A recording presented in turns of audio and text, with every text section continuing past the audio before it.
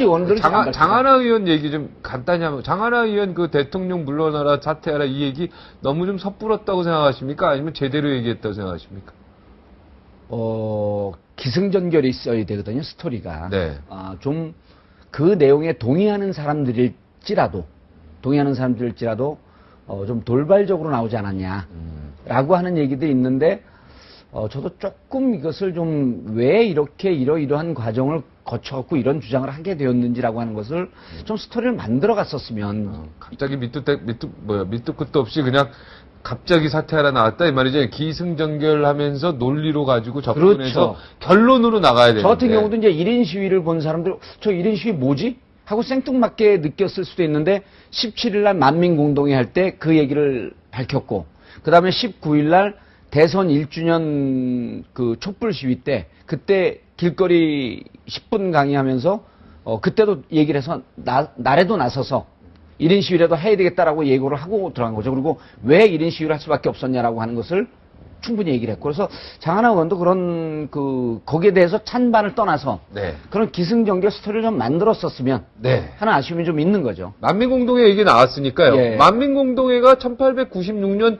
독립협회 만들어질 때 그 만민공동회가 있었지 않습니까? 그 역사적 내용은 저는 이제 1930년도에 만민공동회가 활성화된 걸 알고 있어요. 아, 그렇습니까? 예, 만민공동회가 일제시대 때 그 3.1운동 실패로 끝나고, 네. 일부는 무장투쟁을 하기 위해서 만주를 갖고, 일부는 개혁, 그러니까 계몽운동을 했죠. 네. 기독교를 네. 중심으로. 그래갖고, 그때 계몽운동을 했던 그 축적된 성과 위에서 1930년대 우리의 말과 나라님의 말씀이 다르니, 한번 이걸 얘기를 해보자. 근데 그 전에 또 역사가 있을 수 있겠죠. 근데 네네. 저는 1930년 모델을 딴 겁니다. 네, 그게 맞겠죠, 뭐. 예. 네. 그래서 꼬랑지를 벼락안에 아니.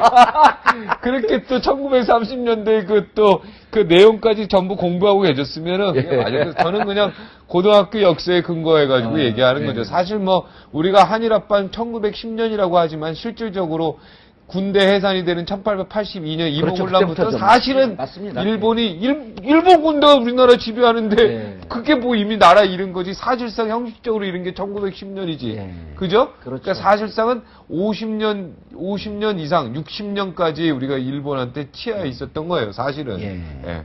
그런 측면에서 접근을 해야 그래서 되거든요. 이제 만민공동회 1회는 좀 재미가 없었어요. 네, 만민공동회 뭡니까 그러니까? 만민공동회는 정치 콘서트인데.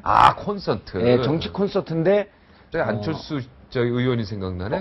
소통형 콘서트를 하자고 그랬어요, 저는. 네. 보통 이제 콘서트를 하면 막 사람들한테 질문도 받고 그러는데 실질적으로는 한두 명이 와갖고 우리 얘기를 하고 가요. 네. 그래서 저희는 1부, 2부를 나눠서 1부에서 특강 강사가 한 분이 나오셔서 말씀을 하시고 2부에는 참가한 분들이 계속 발언을 하면서 그거를 요만한 투표기를 갖고 빨간색, 파란색, 흰색을 갖고 누가 발언할 때마다 투표를 유도하면 그거 갖고 현장에서 투표를 합니다.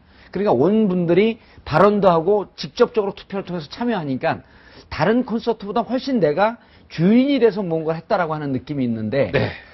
만민공동회를 진행을 하면서 저는 여당 분들은 제가 못 모셨고, 네.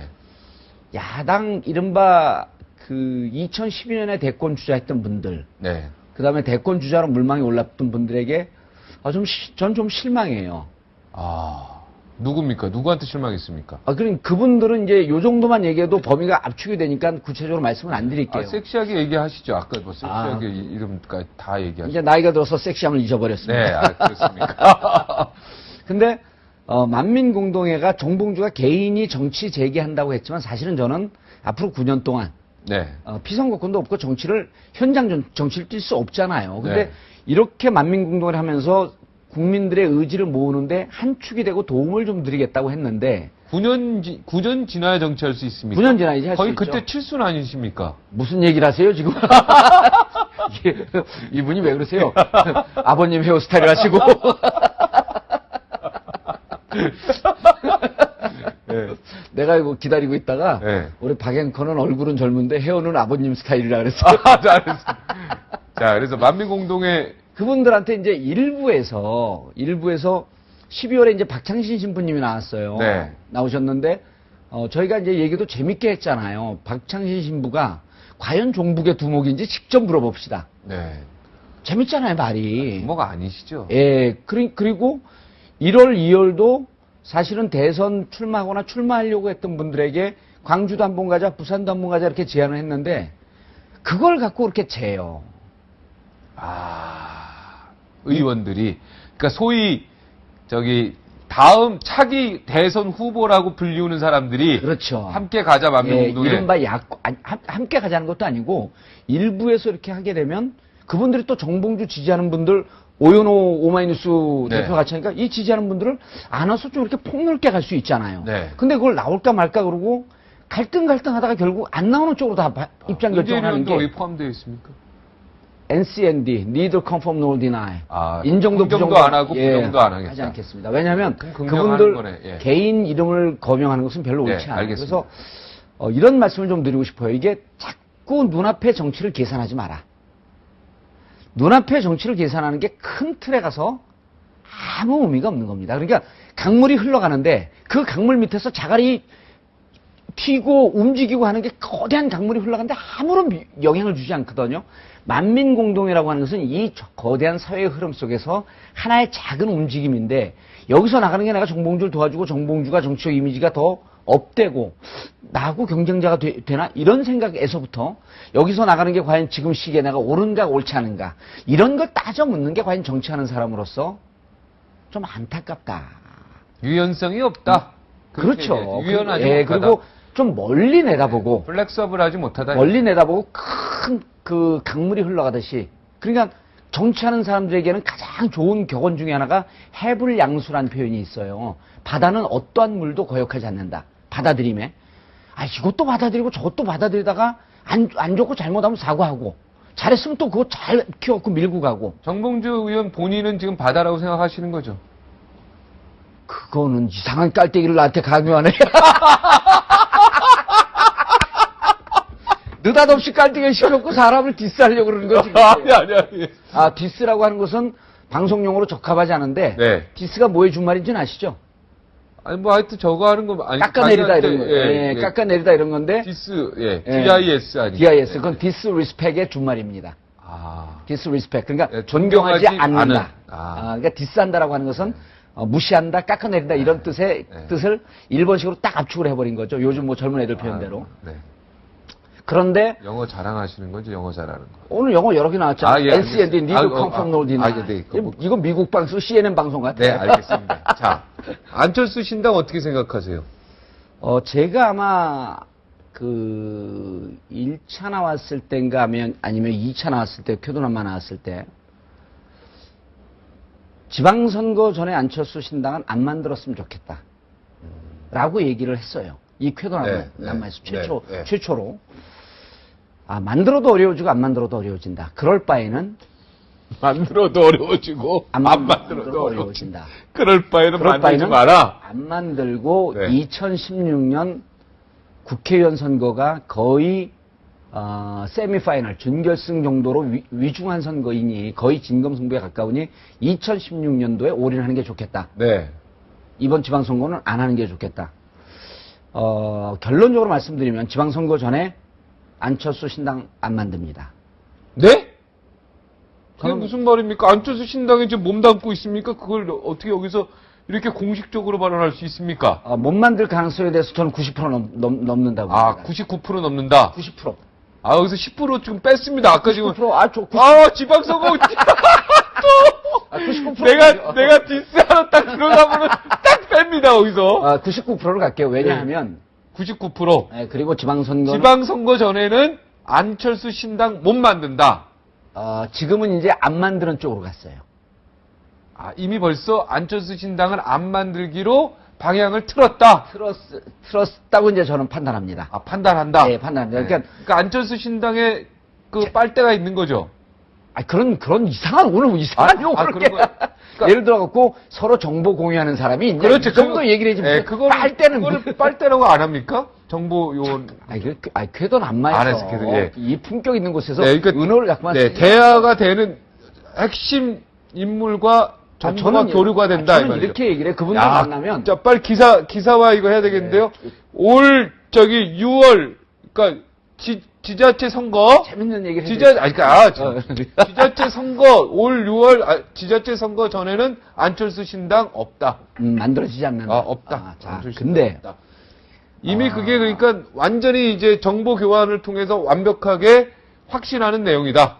정봉주 앞에. 그거는 이제 알아서. 정봉주하고 콤마 딱 하고. 평상시에. 안철수 신당 지자체 선거 이전에 없다. 평상시에 그 왜곡과 과대 해석을 잘 하니까 하십시오. 아니, 박종진 앵커가 그렇게 하는 게 아니고, 기사 쓰는 분들이. 좀 발언하고, 그래서 왜 그러냐면. 근거가 있다. 왜 그러냐면. 왜냐? 제가 이제 오늘 재밌는 얘기를 해드릴게요. 11월 말에. 네. 안철수 후보가 11월 27일인가 기자회견을 해요. 네. 기자 입장 발표할 것을 11월 말에 한 거로 기억을 하는데 그 전에 제가 우연히 여의도에서 이제 기자들하고 앉았어요. 기자들한테 막 취재하려고 그냥 막 그 촉을 다 세워갖고 언제 신당 만드냐, 이게 12월에 만드냐, 1월에 만드냐, 그래서 내가 2월까지는 못 만든다. 2월까지는. 네. 이게 11월 말 얘기예요. 네. 2월까지는 안철수 신당 못 만든다. 네. 무슨 얘기예요? 지금 그 12월이나 1월에 만들 거로 되어 있는데. 네. 그래서 제가 이런 말씀을 했죠. 너네 정치부 몇 년 동안 왜 의자 소리로 이제 걸어요? 그러네. 네, 죄송합니다. 너네 정치부 몇 년 됐냐? 네. 몇 년 됐대. 그래서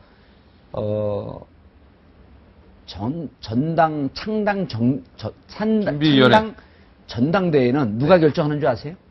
창당 준비위원들이 결정하죠. 위원장이 창당 준비위원장. 그렇게들 알고 있는데 네. 창당 전당대회는 결정을 다른 것이 합니다. 장소가 결정을 합니다. 장소가 10,000명 이상 들어갈 장소가 11월 말에 그 8, 9, 10월 90 정도에 미리 확보해 놓지 않으면 네. 10월 말에 갖고 12월, 1월, 2월 장소가 안 나와요. 네. 그러니까 장소가 없어서 창당을 못 하는군요. 창당을 못 하고 또 하나는 이분들이 창당을 결정해서 장소를 알아보러 다니면 하루 이틀 사이면 장소 알아보러 다니는 건 여의도에 금방 퍼져요. 그때 11월 말에 이미 아무런 정보도 빠져나오지 않고 어느 예를 들었고 뭐 일산의 킨텍스라든지 장충체육관이라든지 그다음에 88 올림픽 공원의 체육관이라든지 이런 것을 섭외하는 정보가 흘러나오지 않았기 때문에 12월, 1월, 2월은 꽝이다. 없다. 전당대회 못한다. 네. 아무런 정보 없지 않냐. 네. 자, 지금은 안철수 신당을 준비하는 분들의 가장 큰 고통스러운 게 지금 안철수 신당, 예상 신당의 지지율이 정점이라는 겁니다. 최고 높다라는 얘기. 가장 높아요. 그러니까 안 만들었을 때 가장 높은데 무슨 고통스러운 게 있냐면 창당을 해서 각 지자체 후보를 내기 시작하면 이 후보를 보고 그 지역에 이게 국회의원 선거하고 다르다고 내가 그때도 얘기를 했어요. 네. 그 후보를 보면서 저 사람이 과연 안철수 신당에서 안철수하고 버금가는 이러한 존경과 지지를 받을 만한 사람인가라고 하는 것에 대한 분석이 들어가면서 인물을 보면서 거품이 슬슬 빠지기 시작하는 거예요. 그런데 지금은 후보들이 드러나지 않았기 때문에 정점을 치고 있는 거죠. 지금 안철수 신당 만드는 거에 대해서 새누리당하고 지지율 차이가 거의 없잖아요. 그 안철수 신당을 준비하는 분들은 지금이 지지율의 정점이 가 있다는데 고통스러운 겁니다. 이게 신당을 만들고 정말 괜찮은 사람들이 모여갖고 야 이게 그냥 안철수에 버금가는 사람들 이런 사람들이 모여들었고 광주시장, 전남도지사, 전북도지사, 대구시장 이런 후보로 막 나오면 야 여기 역시 대단하구나. 서울시장, 경기도지사 후보, 인천시장 후보. 그런데 그럴 만한 인물은 이미 정치권에서 수요가 어느 정도 끝났다고 보는 거예요. 그래서 사람들이 모여들면 이 신당에 대해서 지지율이 빠지기 시작할 것이다. 그런데 창당을 하지 않고 창당준비위원회로 지방선거를 가칭 창당준비위원회로 지방선거를 치를 수 있습니다. 있습니까? 있습니다. 네, 그러면 있습니다. 이제 창당은 아니더라도 창당준비위원회로 하는데 네. 이럴 때는 무슨 장점이 있냐면 전 지역에 다 후보를 낼 필요가 없어요. 핵심되는 지역만. 그렇죠. 핵심되는 지역에 우리는 이번 지방선거에 올인하지 않지만 지방선거에 일정 정도 역할을 할 필요가 있어서 이 부분에 대해서만 후보를 내겠다라고 하면서 후보를 내고 또 부분적으로 예를 들어 서울시 같은 경우는 박원순 시장이 안철수 의원에 대해서 깊은 은혜를 입고 있잖아요. 네. 서울시 같은 경우는 공식적으로 협동 연대 전술은 아니라고 할지라도 서울시 같은 경우 아니면 또 경기도에 올인한다든지 이렇게 등등으로 정당을 만들면 모든 지역의 후보를 내야 되지만 준비위원회면 선택적으로 낼 수 있는 여유가 좀 있다. 당 이름을 가지고 냅니까? 준비위원회도? 가칭 무슨 당을 만들겠죠. 아, 가칭으로? 예, 가칭 무슨 준비위원회를 만들겠죠. 그래서 저는 차라리 새정치가 모습을 드러내지 않는데 이렇게 좀 한번 좀 아주 국민들이 신선하게 이런 것을 이제 공식적으로 이 방송을 통해서 안철수 신당이 조금 이렇게 했으면 좋겠어요. 저는요, 잘 됐으면 좋겠어요, 정말로. 잘 되고, 민주당은 지금 안철수 신당은 정점에 있고 지지율이 민주당 최바닥에 있거든요. 네. 지방선거가 들어가면서 이렇게 이제 이게 바뀌기 시작을 해요. 네. 민주당 후보가 뜨면서부터 지지율이 올라가고, 네. 왜냐면 민주당은 지금 뭐 통으로 잘못하고 있다고. 그러니까 아까 제가 얘기해서 50명 보냈는데 지금 MB 청문회 하면요. 지지율 급상승해요. 안 하잖아요, 근데. 이상하게 안 해요. 네. 그러니까 지지율 빼먹기 얼마큼까지 우리가 바닥을 갈 수 있는지 그 경쟁을 하는 것 같아. 네. 만민공동에 가자고 하는데 안 가고. 예. 그건 누구라고 뭐 민주당이 안 갔다는 얘기는 안 했습니다. 그건 박종진 앵커가 넘겨짚은 거예요. 네. 예, 어쨌든 그래서 아니, 안철수 본인이 안철수 얘기했는데. 신당은 이렇게 좀 했으면 좋겠어요. 네. 새정치인데 새정치의 가닥이 지금 안 잡히잖아요. 네. 새정치인데 대한민국 정치는 상층부를 개혁하는 것도 중요하지만 상층부를 개혁하는 것은 대선의 도전이고 실질적으로 미래를 내다보면서 풀뿌리 정치의 뿌리를 한번 바꿔보겠다. 나무도 뿌리가 썩으면 죽지 않습니까? 네. 나뭇잎이 썩으면 살 수 있지만 뿌리가 썩으면 죽어버리거든요. 그래서 뿌리부터 살리겠다 하면서 창당을 하든 창당을 못하든 각 지역의 기초위원회에 올인하는 게 어떻겠냐라고 저는 제안을 해보는 거예요. 기초위원회 올인이다. 기초위원회. 그럼 기초위원회 올인하면 기초위원은 사실 수요가 지금 우리가 갖고 있는 의원들보다도 기초위원은 수요가 폭발합니다. 엄청나죠. 엄청난데 지금 새누리당도 그렇고 민주당도 그렇고 기초위원 파고 들어가 보면요. 한 90%는 죄송한 말씀입니다. 90%는 정치 안 할 사람들이 하고 있어요. 누가요? 다시 한번. 90% 정도는 정치하지 말아야 될 사람들이 그러니까 기초위원의 역할이 뭔지 풀뿌리 정치가 뭔지 이걸 모르는 사람들이 개인의 입심양명, 개인의 권력의지, 개인의 욕망 이런 것 때문에 하는 사람들이 기초위원이다. 기초의원이 그중에 그러니까 90%다. 지역의 토세력이라고 하는 사람들이 다 기초위원회에 들어가 있거든요. 네. 젊은 분들이 열심히 하는 분들도 있지만 그분들이 10% 안짝이고 90% 그렇게 되는데 만약 안철수 신당이 아니다. 우린 젊은 새로운 피를 갖고 기초위원을 바꾸고 풀뿌리 민주주의의 토대를 이번 지방선거 때 놓겠다 하면서 기초위원 선거에 올인하면 왜 서울시장 안 내지? 왜 경기도지사 안 내지? 왜 대구시장 안 내? 이렇게 정치적으로 큰 담론으로 가면서 비판받는 것보다도 비판받을 때 우리는 좀 새로운 정치를 해보겠다. 야, 아니 정봉주 의원이 이렇게 참 정치의 그 먼 미래를 보고 기가 막힌 아이디어를 내는데 어떡합니까? 사면복권이 안 돼서 이게. 아니죠. 저는 이게 지금 정치를 하는 거라고 생각을 해요. 그리고 쾌도남마에 제가 나올 때 이렇게 불러주는 게 얼마나 고마워요. 물론 이제 제가 나올 때 시청률이 제일 높게 나오긴 했죠. 그래서 안철수 신당은 야, 기초위원회 올인해라. 기초위원회 올인하는 야. 이거 신선합니다. 근데 박원순 시장은 어렵다고 얘기하셨어요?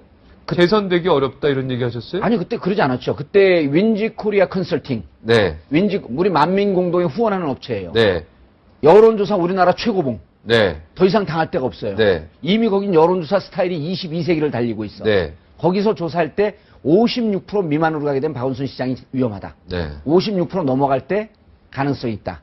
라고 한 걸 했는데 제가 보기에는 이번 지방선거가 56% 넘어가기가 어렵다. 쉽지 않다. 그런데 그 가능성도 넘어갈 가능성도 있습니다. 왜냐하면 이 촛불 전국을 끌려고 그러다가 계속 헛발질을 해갖고 점점 더 촛불 전국 이 겨울에 3만 명, 4만 명 나오는 촛불이 상상이 안 가는 거예요. 그만큼 정부 여당에서 잘못했기 때문에 키워놓은 거거든요. 이 촛불 전국이 내년 3월쯤 되면 3월 15일쯤에 제가 촛불을 폭발적으로 키울 수 있는 또 정치적 행위를 합니다. 내년 3월에요? 3월 15일 날. 촛불이 더 커지는 더 그 키울 수 있는. 뭡니까? 그건 얘기할 수 없죠. 왜 그거 아주 뭐 의무적으로 물어봐 이제 그거 말씀해 주실 수 있나요? 이래도 얘기를 안 하는데 뭡니까? 팟캐스트가 내년 1월 다음 달이네요. 그러면 1월 19일 날, 네. 1월 19일 날 저희가 MB 대통령께서 국정원 댓글 개입이나 이런 거에 책임이 있을 수 있다라고 하는 판단하에 네. MB 둘레길 행사를 합니다. 네, 여기까지. 저희 59초 후에 다시 돌아오겠습니다. 59초 후에